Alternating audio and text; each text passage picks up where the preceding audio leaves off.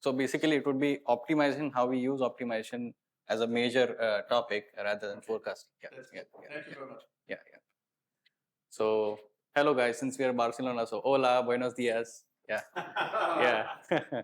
So basically, today we'll be talking about the role of optimization forecasting for planning and operation of energy storage systems. It's a mouthful, but basically how we use optimization to operate storage, right? And when we say operate, we will be touching upon two aspects. One is the planning and one is the operations of that. So is there a...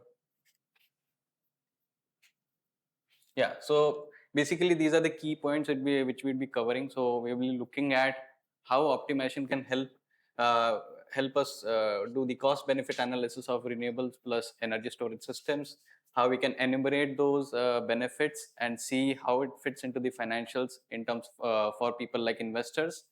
We'll see the impact of sizing, right, and the siting, where if we install storage somewhere, how beneficial it would be, right? And then basically it comes down to making right investment decisions. There are RFPs being put out by government entities as well as companies, so that we help our clients respond to those RFPs. And then basically while operating, we wanted to set the right hedging strategies so as to get maximum value out of a storage asset, whoever owns this asset, right? So yeah, so there are other points which are similar to that. I'll just go ahead and show where energy storage systems are installed, right? So it could be right from the customer level. So if you can have your house, you can have a solar rooftop paired with energy storage. You can go one step up where there could be energy storage system for the community or at the distribution and transmission level. It can go one more step up. It could be a bigger storage at the transmission level and at the utility level. And there could be in IPPs, independent power producers, who can install storage as a standalone system or pair with renewables. And then finally, you go to the system level, where entities like government and regulatory bodies can make policy decisions depending on where storage is installed, right? So what does it mean by making optimal decisions? So we need to do system level planning, right? So that is where regulatory bodies and governments come, and we help them understand what is the potential of energy storage systems or renewables in general. And then we help them make right policies so that they can incentivize zero carbon technologies, renewable technologies, and energy storage systems into the mix. Then we come to the investment analysis. So this is the major chunk of what we do. So we help client make investment planning decisions. So if a client comes to us saying that, okay, let's say in a state of California, where would be a good place to install energy storage system, and how big it should be, and what kind of economics can we expect from such a storage system. So that is where we do investment analysis. And there is optimal operations. So we are both a services consulting as well as a services company. So that if there are people who actually own assets, and we do have clients who own assets, so we are able to integrate those assets into the market. And then we have these optimization algorithms which run every day, and a couple of hours in a given day to generate the right schedule to participate into the market. So I'll just touch upon what does it mean to do production cost analysis, like system level analysis. So we have helped regulatory bodies understand. So we have taken a region where we have taken the generating asset and the load of that system, and then we were able to analyze what would be the potential of renewables and energy storage into that region. So we did analysis for 2 regions in India, and we have actually published a report as well with our partner. So that is where we are able to. So to give you an example, what do we mean by planning, right? So we are able to differential analysis. So for example, if you have a scenario where we do not have a storage, compared to a scenario where you let storage expand with production cost models. So the difference between that is the value to the system, but that value isn't available directly to investors who act as a independent power producer. That is where regulatory bodies can frame right policy decisions to incentivize investment into such assets, right? So that is one aspect. Then we come to investors. So we help them understand whether to invest or not to invest, right? So this is the first of our models, which we call as behind the meter model. When we say behind the meter, you can imagine this hotel or this campus. So there must be a utility line coming to this campus. There is a big meter to that which keeps track of the energy usage, and then you have the usage around the campus. So this model will help you understand the power of renewables and energy storage if you install inside the campus. The utility won't know where such an asset is installed inside the campus. So what will the energy storage asset do? Basically, it will modulate the load, right? So big entities have two major bill components, which is demand savings.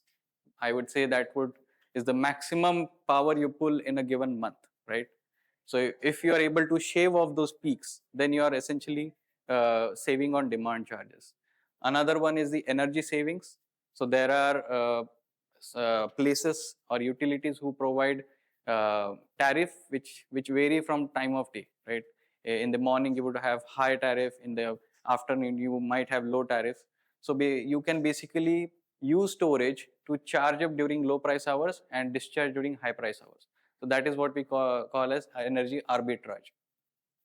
Then there are several programs organized by the utility. So that could be DR revenue, which we call as demand response, and then there could be ancillary revenues. Ancillary revenues is providing support to the grid, right? So you must have heard terms of vehicle to grid, home to grid energy, right? So that is where these programs come into picture. Now, where does optimization fit in, right? So there are many value streams to be captured, but there you just have finite amount of storage or renewables with you. So that is where optimization can help you make that decision when to operate the storage and how to operate it. So if you see on the right hand side, it is a snapshot of a dispatch, right? So we run it on a complete year, but we have provided a snapshot of 3 days. So here you can see there is solar, then there is this blue lines is the energy being pulled from the grid, and these green lines is the operation of storage. So you can see the storage is operating to cut off these peaks, right? So it is reducing the demand charges. It is also charging during solar hours and discharging during other hours to do energy shifting and energy savings operations. And the factors which drive these decisions are actually the tariff rates, which vary from hour to hour, and the demand charges which are applicable from month to month. And then after we do this analysis, we come to the revenue stack, right? So in this, there are two components, but there can be many components like DR revenue incentive programs. And we then forecast those revenues into the future, right? And then we come to the investment part, whether or not that such an investment is viable or not. So we'll get investors will get an idea whether to go for such a project or not. So we deal with clients right from kilowatt, which they have like 100 kilowatt system, right to megawatt, like couple megawatts, which can be behind the meter. The next would be the microgrids. So these are microgrids in the rural areas or remote areas, or it could be campus microgrids, which are grid interactive, right? So we solve optimization problems to reduce the cost of operating a microgrid. So microgrid, there could be AC connected microgrid or DC connected microgrid. Basically the components of microgrid are a utility with utility meter. Then you have load, you have solar paired with storage, right?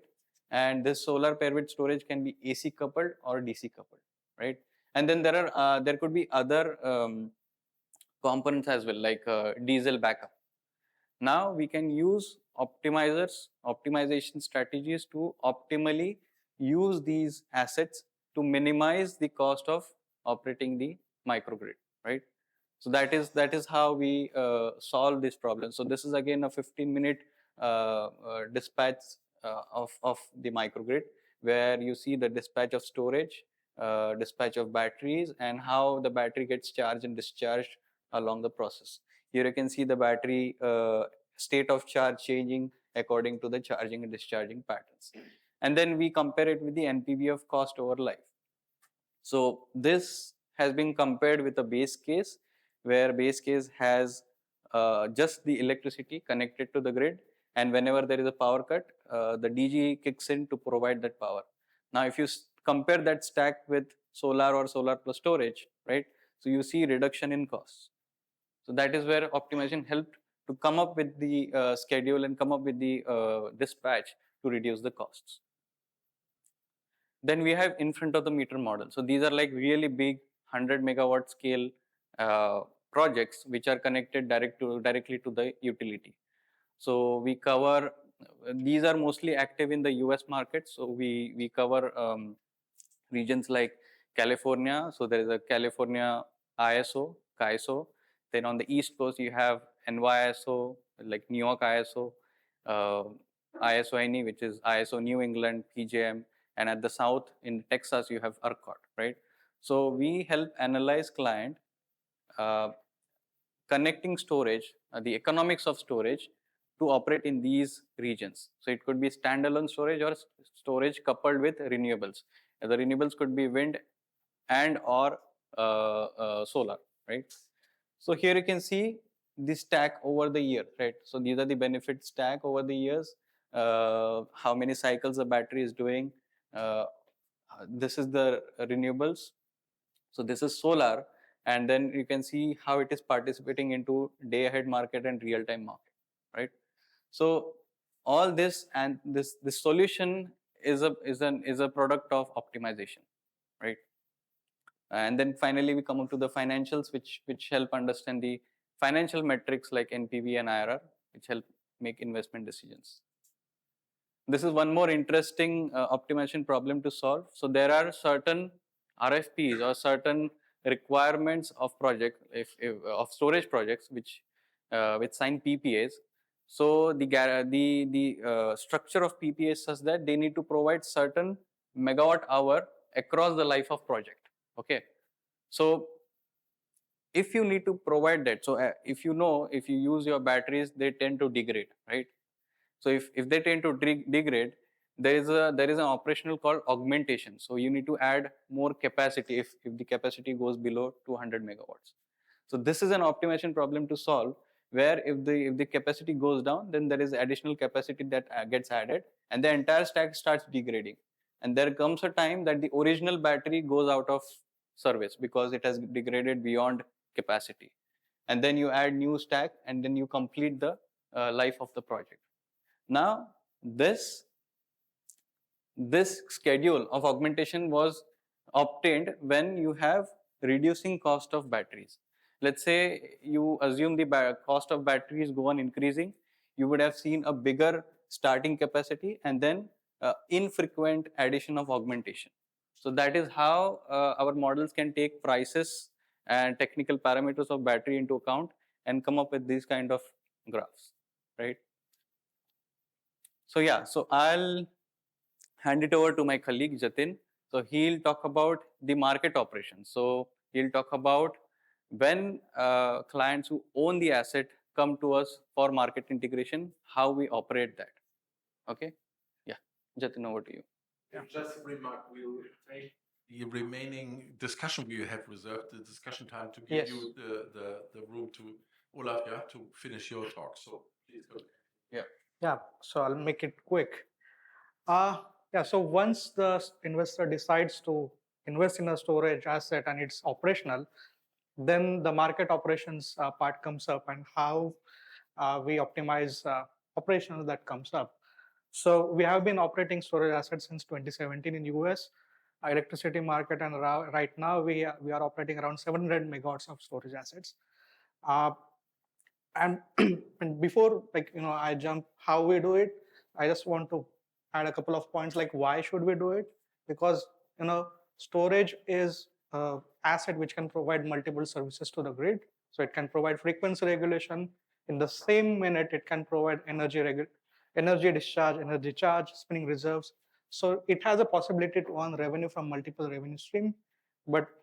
And all of these services have different separate markets. So you have markets for regulation, frequency regulation, spinning reserves, energy, and they have complex price patterns.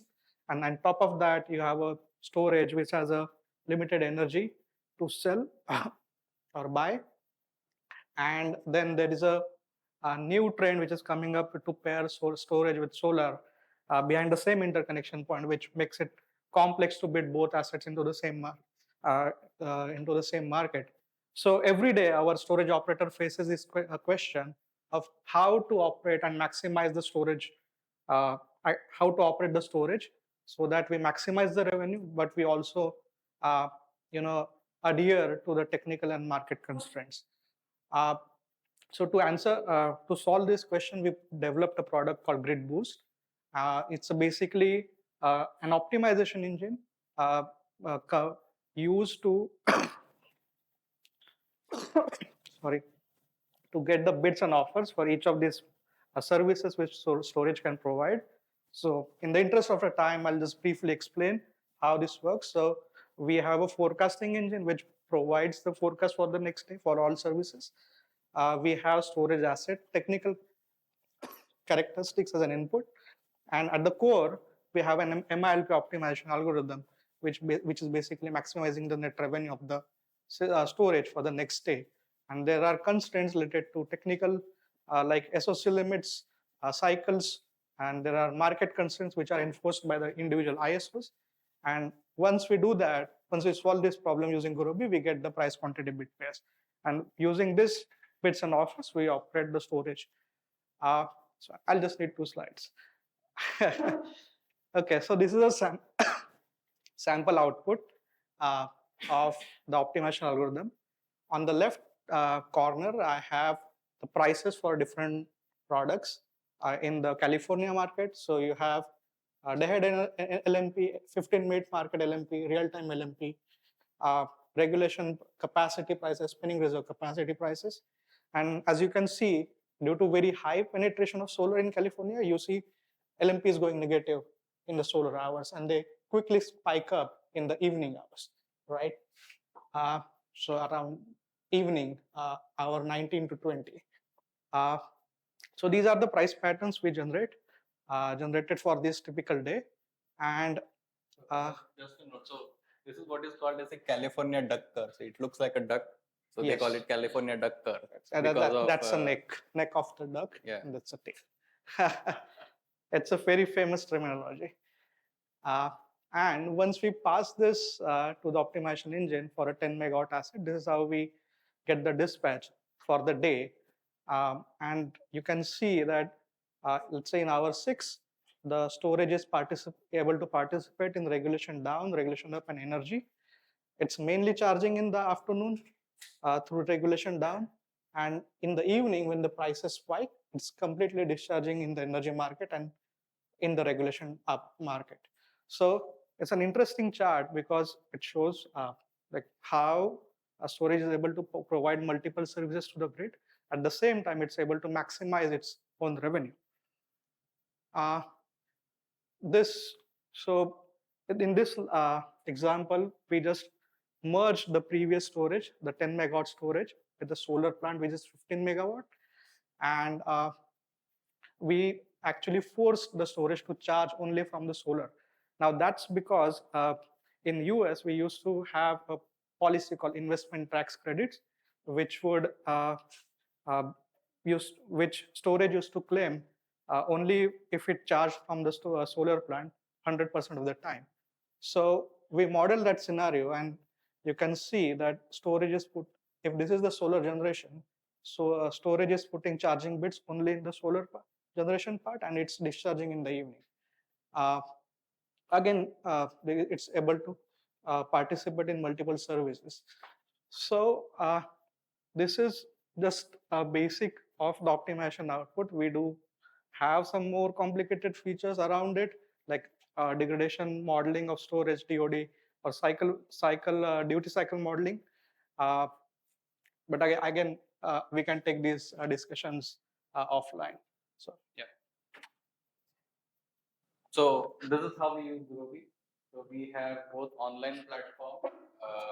So the investment tool which I have mentioned is called the comprehensive market evaluation. You can remember CoMETS as the tool. So basically,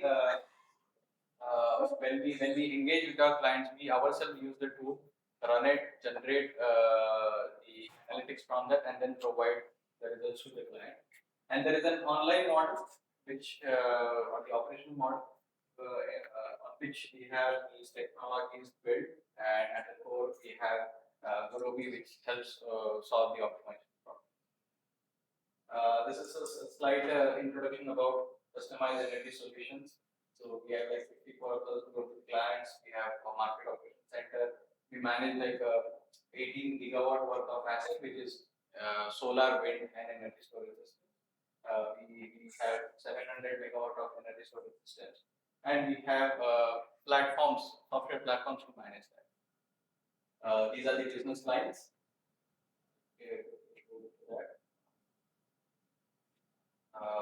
We do all these analysis under emerging technologies, where we look at energy storage, green hydrogen, and mobilities.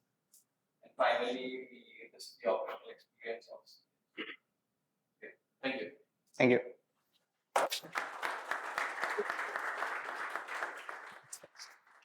All right. So we're going to give up at the end of the day the discussion round for the benefit maybe of 1-2 questions, and then you have enough time to finish yours. Hi. How do you guys do what do you use for your ancillary services markets forecasting? The prices? Ancillary market forecasting? Yeah. So I always run into that issue, right? Especially if you go like for your investment decisions. Yeah, if you go it's a secret sauce, but I can give you an overview. So we basically look at futures markets, and then we have our own production cost models in-house, which help predict prices into the future, and then we combine that with our benchmark models to come up with the ancillary prices forecast. So the first stage is our energy price forecast, which we come up, and then that goes as an input with the futures of various commodities into our model, and then we get to the ancillary price forecast. So yeah, it's a tricky one because we also have market operation guys or a separate department called Market IQ, and then we take their expertise to see how the price trend will change, because if more and more investments come into energy storage, so that might push down the ancillary prices.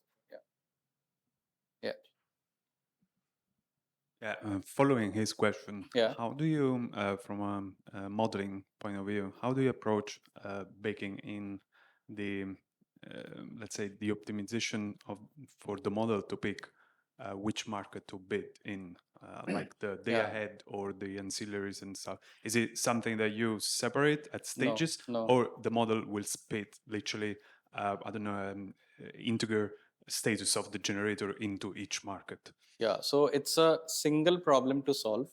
Okay, so you have a temporal scale of variables, and then each storage can participate into each market in each interval, right? Now it has the freedom to participate in any market it wishes to. And then if you solve that problem as an optimization problem, it will give you the schedule. And there are obviously certain constraints, like if it's operating on 15-minute basis, then you need to have the same commitment during all those 4 intervals, right? So that is how. So it does give out the answer as to in which hour what market it should participate into. So for ancillary, it's a bit tricky because ancillary, there is a capacity payment, but then there is also a performance payment, right? So performance is based on the signal which go to the asset. Now we have been operating regulation assets since like 5 to 10 years, right? So we know the operational experience we have in our SCADA system, the actual signal which go to the energy storage systems. So we take that as a reference. So these are like 4-second signals, but then we are able to estimate that how would that operate on an hourly basis, right? And then that we put into the model, and we are able to get the dispatch out of it. Okay. And so you use the forecast that you produce for these ancillary markets. Yeah, Yes. yeah. Okay. Thanks.